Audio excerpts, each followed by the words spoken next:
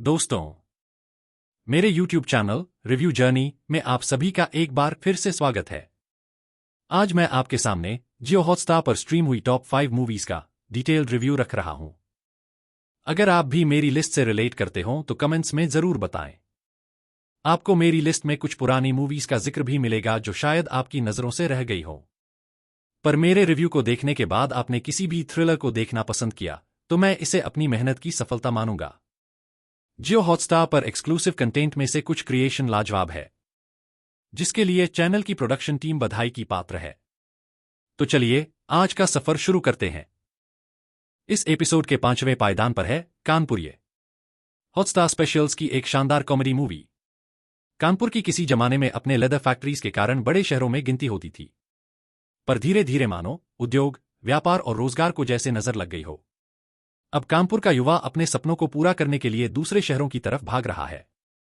3 लड़कों के जीवन की इस विडंबना को व्यंग और कॉमेडी के सहारे बड़े ही ऑथेंटिक तरीके से बताया गया है।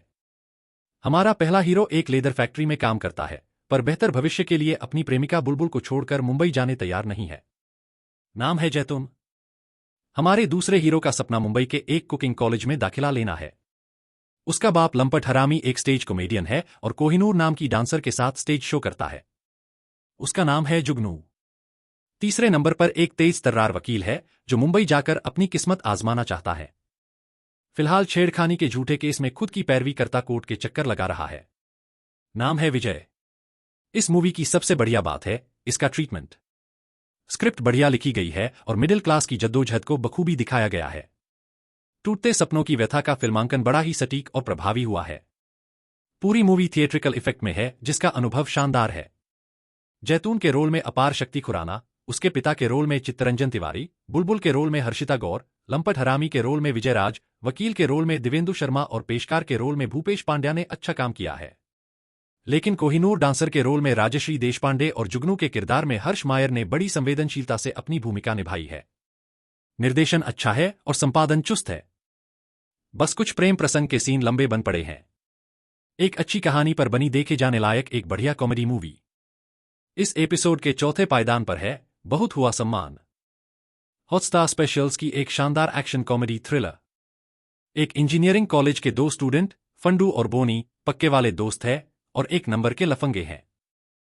कॉलेज के एक्स स्टूडेंट में एक बकचोद नाम का लंपट बाबा है जो ओवर स्मार्ट, ओवर इंटेलिजेंट और पूंजीवाद का कट्टर विरोधी है।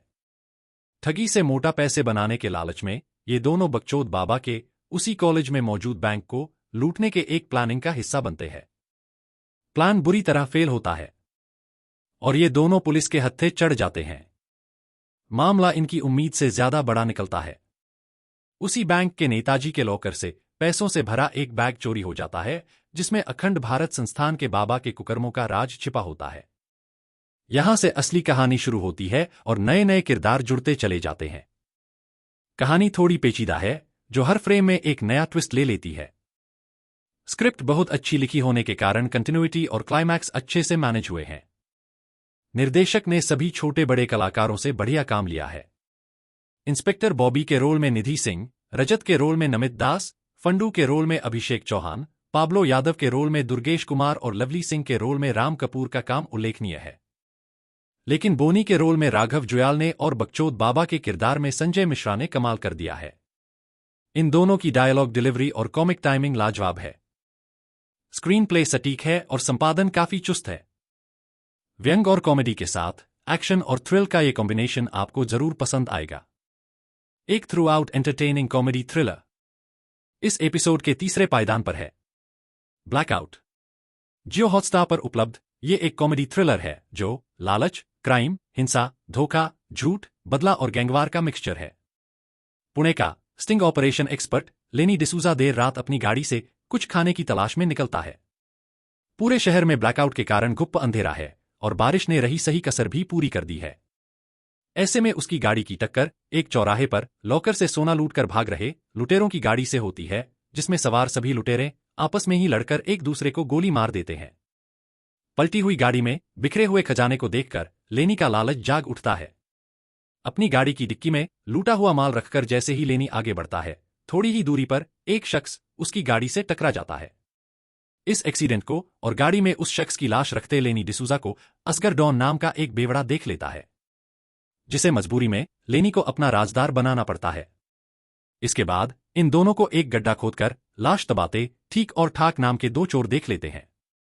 ब्लैकमेल करते चोरों की इस जोड़ी को भी मजबूरन पैसों का लालच देकर लेनी अपनी गाड़ी में बैठा लेता है। पर ना तो ये आखिरी जोड़ी होती है और ना ही आखिरी मजबूरी। ये तो कभी ना भूलने वाली काली रात की बस शुरुआत भर है। हर ट्विस्ट के साथ एक नया किरदार जुड़ जाता है।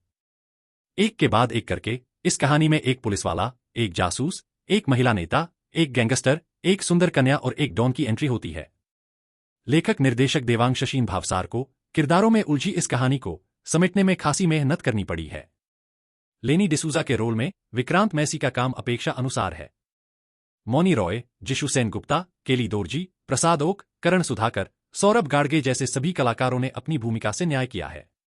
इन सबके बीच एक बेवड़े के किरदार में सुनील ग्रोवर सब पर भारी पड़े हैं।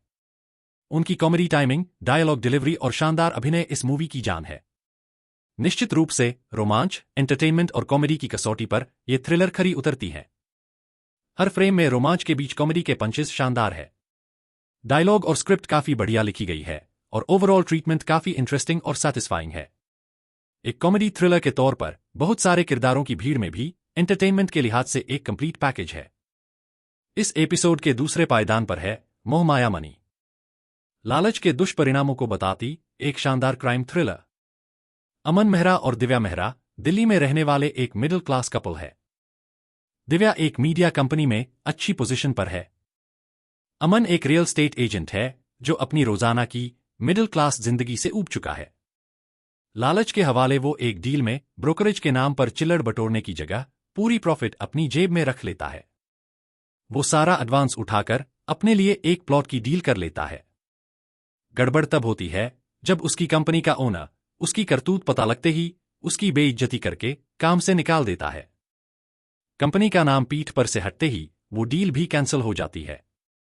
लिया हुआ एडवांस वापस करने के लिए उसे एक गुंडे सूदखोर से पैसे उधार लेने पड़ते हैं।